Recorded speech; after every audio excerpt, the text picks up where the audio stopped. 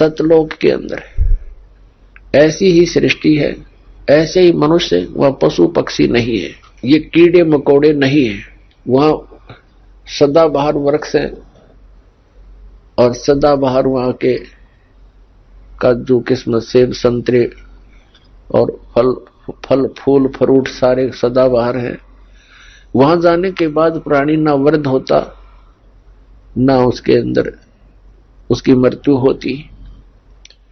अपने आत्मा यदि हमने वहां जाकर के नए धक्के खाने हैं, डोट बनकर घूमना, क्या आनंद होया? वो खाक आनंद है। मोक्ष का अर्थ होता है जैसे कोई बंधन में ना हो। हम यहाँ कर्मों के बंधन से बंधे हुए हैं, वहां कर्म नहीं है। निष्कर्म में मोक्ष प्राप्त होता है, बिना किए प्राप्त होती है सब सुविधाएं, उसको निष्कर्म में मुक्ति मानते हैं। तो वहां जाने के बाद देखो, आप देखते हैं प्रत्येक व्यक्ति चाहता है काम थोड़ा करूं, ना करूं तो घना बढ़िया और सुविधा सारी हो। यह आभास कहां से हुआ? क्योंकि हम ऐसे स्थान पर रहते थे, वहां हमने काम तो करना ही नहीं पड़ा था, सुविधा नरी थी, आगे पड़ी रही थी। फिर दूसरा कोई बूढ़ा होना नहीं चाहता, वृद्ध अवस्था को कति पसंद नहीं करते, यानी 80 साल तक भी बाल काले करते रहे हैं और दांत कृत्रिम टडवाए ले हैं, अब कुछ बूढ़ा सा ना दिखो है। और फिर मृत्यु कोई नहीं चाहता, और दोनों कंपलसरी। ये तो यहाँ का यूनिवर्सल ट्रूथ है,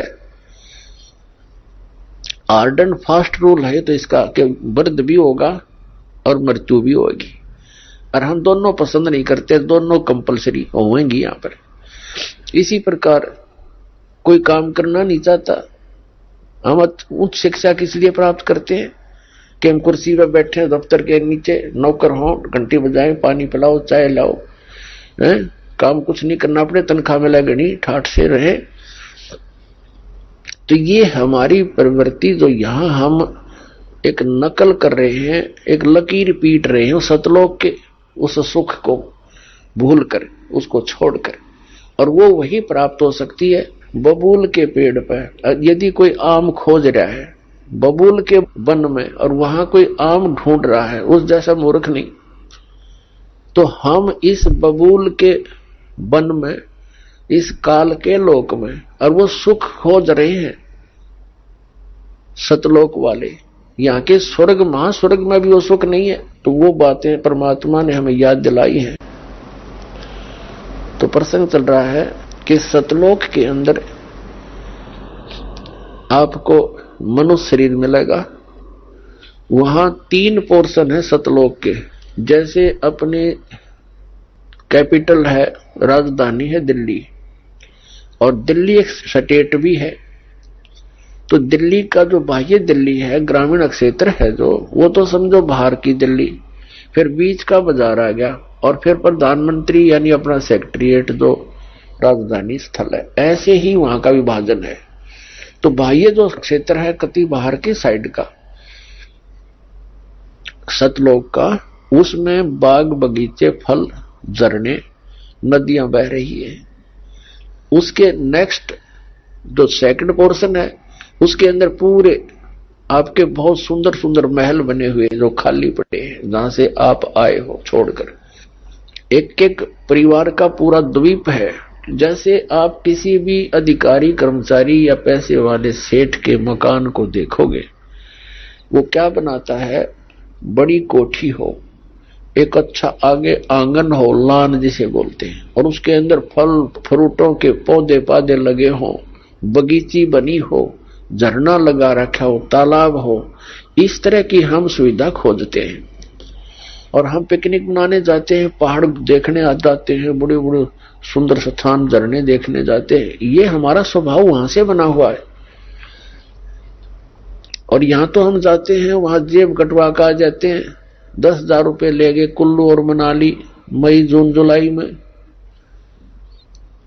और अपने पैसे खर्चो, वह कुछ दिनों के लिए इधर उधर सैर सपट्टे करो और पैसे बर्बाद करके वापस आ जाओ। यहाँ का तो ये सुख है। और सतलोक में जाने के बाद वो कभी अभाव नहीं, कोई खर्च नहीं, और किसी किस्म का कोई दुख नहीं। अब हम कोई मरना नहीं चाहते, और ये परिवार बना रहो, हम मरा नाम न कति जरूरत नहीं थे, दुखी और भी हो जावा। हम यहां से नहीं जा सकते, तो जरूरत ही नहीं हमने जाने की फिर। लेकिन यह मृत्यु खतरनाक हमारे लिए और वृद्ध अवस्था, और ये सारा वहां होगा और वहां फिर दुख नहीं, कोई काम नहीं, अपना बहुत ही सुविधा है आपको। वहां भी आपको परमात्मा की याद बनी रहती है, परमात्मा की जो सिमरन वहां भी आपने करना होता है। उस सिमरन का इतना आनंद आता है, कई व्यक्ति सोचते हैं फिर वहां करें क्या, वहां परमात्मा की याद, वहां बहुत सब सुविधाएं हैं जो या वर्णन नहीं कर सकते। वहां आपको पता भी नहीं चलता कितना समय बीत जाता है और आप सदा सुखी रहते हो। कोई राग द्वेष नहीं, कोई ऐसी चीज का अभाव नहीं जिससे राग द्वेष बने, कोई छोटा बड़ा नहीं, वहां पर सबको एक जैसी सुविधा है। तो ये सतलोक के अंदर सभी सुविधाएं हैं और वहां पूर्ण मोक्ष है वो प्राणी, कोई प्रतिबंध नहीं।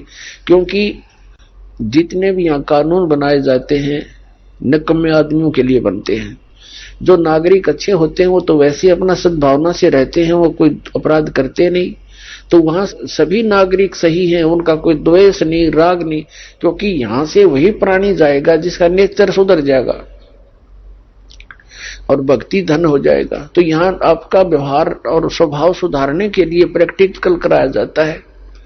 तो आप यहां आते हो सत्संग में, आप यहां आकर के एक तो ज्ञान सुनते हो, ज्ञान सुनो, फिर ज्ञान के ऊपर अमल करो कि जो वचन कहे जाते हैं ये किसी डूम बाट के गीत नहीं, ये परमात्मा का दिया हुआ मार्ग है, परमात्मा के दिए हुए वचन है, ज्ञान है। और आप यहाँ आए किस उद्देश्य से हो इतनी दूर, आप ज्ञान सुन के उस पर प्रैक्टिकल करें, उसको अपने उसको अंजाम में लाए, उस गाइडलाइन पर चलें। अब जैसे यहाँ आते हो आप, यहीं से अपने आप को सुधारना शुरू करो। जैसे सभ्य लोग होते हैं बस में बैठे और कोई देखा कोई वृद्ध है, उसको कहते हैं अपने साथ एडजस्ट कर लेते हैं, आओ आप बैठ जाओ। और कुछ ऐसे नेक होते हैं अपनी सीट छोड़ देते हैं, आओ जी आप बैठ जाओ। तो पुछले पुण्य कर्मी प्राणी है वो, ऐसे स्वभाव जिनका बना हुआ है। अरे किन्हों का क्यों खड़ा रहे, तो वो कैसा व्यक्ति है। तो ऐसे ही आपने ये एडजस्टमेंट, ये प्रैक्टिकल यहां करना है। किसी चीज की कोई अभाव हो भी जाए तो उसमें ज्यादा व्याकुल नहीं हो, अपने आप को एडजस्ट करना सीखे, एक दूसरे को अपने साथ सेट करके अपना टाइम ऐसा बढ़िया बिताओ। 3-4 दिन यहाँ रहो इतने, तो इसी प्रकार उन्हीं को वहां जाएगा जिसका स्वभाव भी बदलेगा और आपका अंदर अभिमान कम हो जाएगा। अभिमानी प्राणी वहां नहीं जा सकता। तो यहां से आपको बिल्कुल सुधार के और भक्ति से परिपूर्ण करके तो वहां भेजा जाएगा। तो वो व्यक्ति फिर वहां जाकर एक सभ्य समाज बन जाएगा। वहां विकार होते ही नहीं, क्योंकि वो शरीर ऐसा नहीं है, वहां विकार नहीं। तो कहने का भाव ये है कि वहां जाकर के हमने वो सब सुख प्राप्त